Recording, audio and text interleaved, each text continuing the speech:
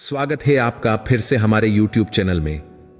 आपने एक बार तो जरूर सोचा होगा कि हम तो बहुत अच्छे इंसान हैं, हम ईमानदार हैं, हम भगवान की भक्ति भी करते हैं, फिर भी हमारे जीवन में दुख ही दुख होता है, कभी सुख आता ही नहीं।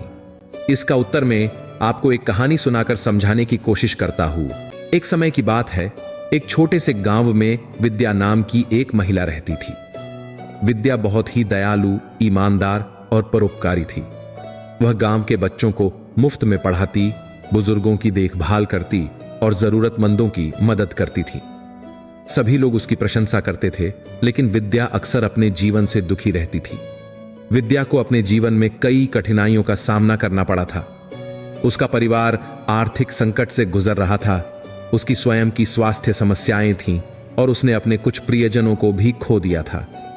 फिर भी उसने कभी अपने कर्तव्यों से मुंह नहीं मोड़ा और हमेशा दूसरों की भलाई के लिए काम करती रही। एक दिन गांव के एक वृद्ध व्यक्ति ने विद्या से पूछा, विद्या, तुम इतनी अच्छी हो और फिर भी इतनी दुखी क्यों रहती हो? विद्या ने उत्तर दिया, मैं दूसरों की मदद करती हूं, लेकिन मेरे अपने जीवन में इतनी समस्याएं हैं कि मैं कभी कभी हार मान लेती हूं। वृद्ध व्यक्ति ने मुस्कुराते हुए कहा, विद्या, तुम्हारा जीवन एक दिए की तरह है। जब दिया जलता है तो वह अपने आसपास के अंधकार को दूर करता है, लेकिन स्वयं जलता रहता है। तुम्हारी अच्छाई और करुणा भी उसी तरह है। तुम अपने आसपास के लोगों के जीवन में प्रकाश ला रही हो, लेकिन यह स्वाभाविक है कि तुम्हें भी जलने का दर्द महसूस हो। वृद्ध व्यक्ति की यह बात सुनकर विद्या को एक नई प्रेरणा मिली। उसने सोचा कि यदि उसकी अच्छाई और करुणा दूसरों के जीवन को बेहतर बना रही है तो यह उसका सौभाग्य है। उसने अपने दुख को सहर्ष स्वीकार कर लिया और उसे अपनी ताकत बना लिया।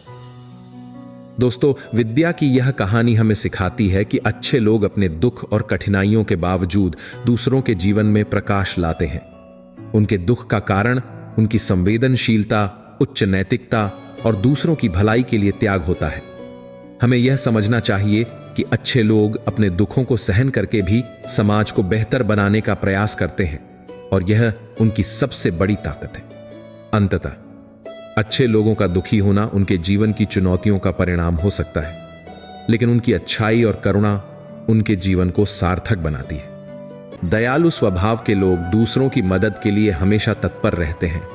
इन्हें खुद के लिए कुछ करने से ज्यादा दूसरों के लिए कुछ करने में खुशी मिलती है। वहीं इनकी एक खास बात यह होती है कि किसी की मदद करने के लिए ये अपनी जरूरतों को दरकिनार करने से भी पीछे नहीं हटते। पर इनके दुख का कारण यह नहीं होता, बल्कि सामने वाले का स्वार्थी रवैया होता है।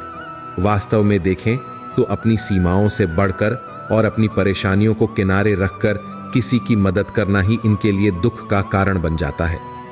ऐसे व्यक्तियों के लिए लोग यह मानकर चलते हैं कि ये हर वक्त उनके साथ ही होंगे और खुद से पहले उनके बारे में सोचेंगे।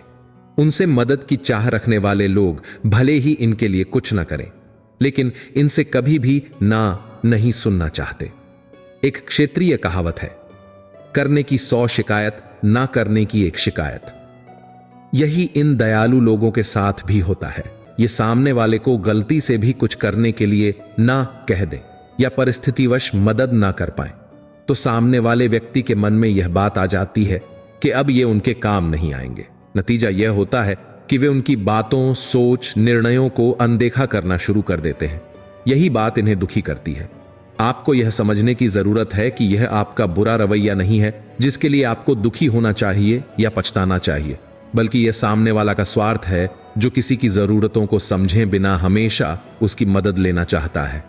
इसे समझते हुए आप पछतावे के भाव से निकल जाएं और अपनी प्राथमिकताओं के साथ चलें।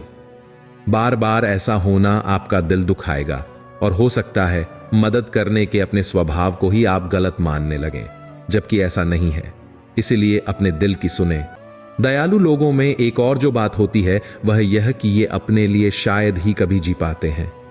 इनकी प्राथमिकताओं में कभी परिवार, कभी रिश्तेदार तो कभी दोस्त आ जाते हैं। कभी ये बच्चों के स्कूल भागते हैं, कभी परिवार के साथ वीकेंड मनाते हैं, तो कभी दोस्तों के खुशी गम में शरीक होते हैं। परिणाम यह होता है इनके पास खुद के लिए ही खाली समय नहीं होता। कि अपने शौक पूरे कर सकें, क्योंकि इनका हर कदम दूसरों को खुश करने के लिए होता है। उसे पूरा करते हुए ये अपने सपनों को पूरा करने के लिए काम नहीं कर पाते। आपको अपनी इस सोच में थोड़ा सुधार लाने की आवश्यकता है। आपको यह समझने की जरूरत है कि खुद के लिए सोचना स्वार्थी बनना नहीं होता, और दूसरों के लिए सोचने का मतलब यह नहीं होता कि आप खुद के लिए बिल्कुल ना सोचें। नीच स्वार्थ भाव से किसी की मदद करना और बात होती है, लेकिन नीच स्वार्थ होने का अर्थ खुद की जरूरतों को भूल जाना नहीं होता। आपको याद रखना चाहिए कि भगवान ने हर इंसान को शरीर और मन दिया है। इसकी जरूरतों और खुशियों का ख्याल रखना हर व्यक्तिगत इंसान की जिम्मेदारी होती है। अपनी इस जिम्मेदारी को पूरा करना गलती नहीं हो सकती। हां, स्वार्थी होने और जिम्मेदार होने के बीच का फर्क अवश्य समझ लें।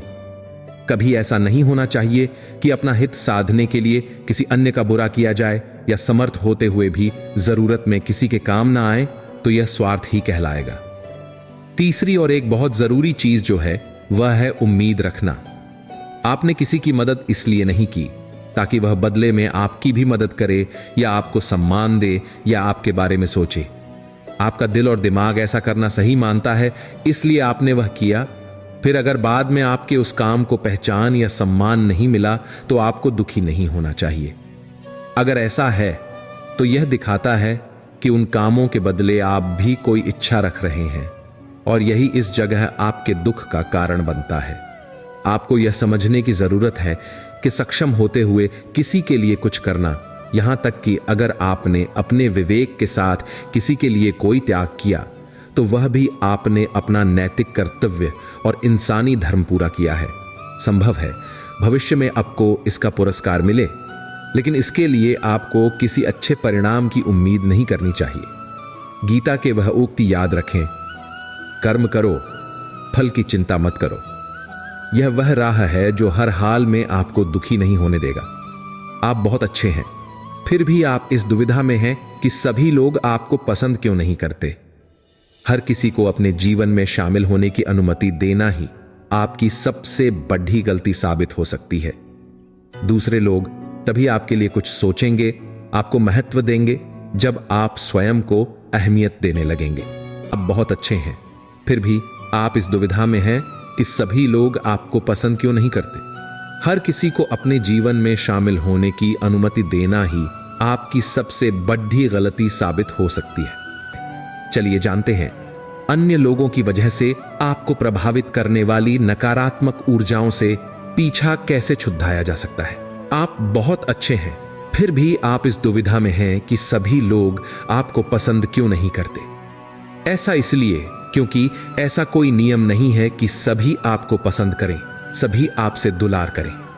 इस पृथ्वी पर प्रत्येक प्राणी अलग अलग उद्देश्यों के साथ रहता है, और उन्हीं उद्देश्यों की पूर्ति के लिए ही वह दूसरे लोगों से वास्ता रखता है। सबसे पहले आप खुद से प्रेम करना सीखिए। सभी परेशानियां अपने आप हल हो जाएंगी। आपको सामने वाले व्यक्ति का स्वभाव पसंद नहीं, उनका चरित्र आपको सही नहीं लगता, तो एक बात आपको समझ लेनी चाहिए कि जिस तरह आप सभी को एक साथ खुश नहीं रख सकते, उसी तरह सभी के निगेटिव व्यवहार को भी आप सही नहीं कर सकते। खुद को नकारात्मकता से दूर रखिए, बस यही एक विकल्प है। हर किसी को अपने जीवन में शामिल होने की अनुमति देना ही आपकी सबसे बड़ी गलती साबित हो सकती है। आपके आसपास के लोग ही आपकी खुशियों और तकलीफों का कारण बनते हैं। आपको अपने मन मस्तिष्क को एक पवित्र स्थल की तरह समझना चाहिए, जहां सिर्फ वही लोग प्रवेश पा सकते हैं जिनके विचार, उद्देश्य और मंतव्य स्वच्छ और पवित्र हों। अगर आपने अपने मस्तिष्क और हृदय का द्वार सभी के लिए खुला रखा तो इसका खामियाजा आपको ही चुकाना होगा। आपको सबसे पहले इस बात को समझना और भली प्रकार ग्रहण कर लेना चाहिए कि दूसरों की बातों पर ध्यान देकर आप उन्हें खुद को प्रभावित करने की ऊर्जा प्रदान कर रहे हैं।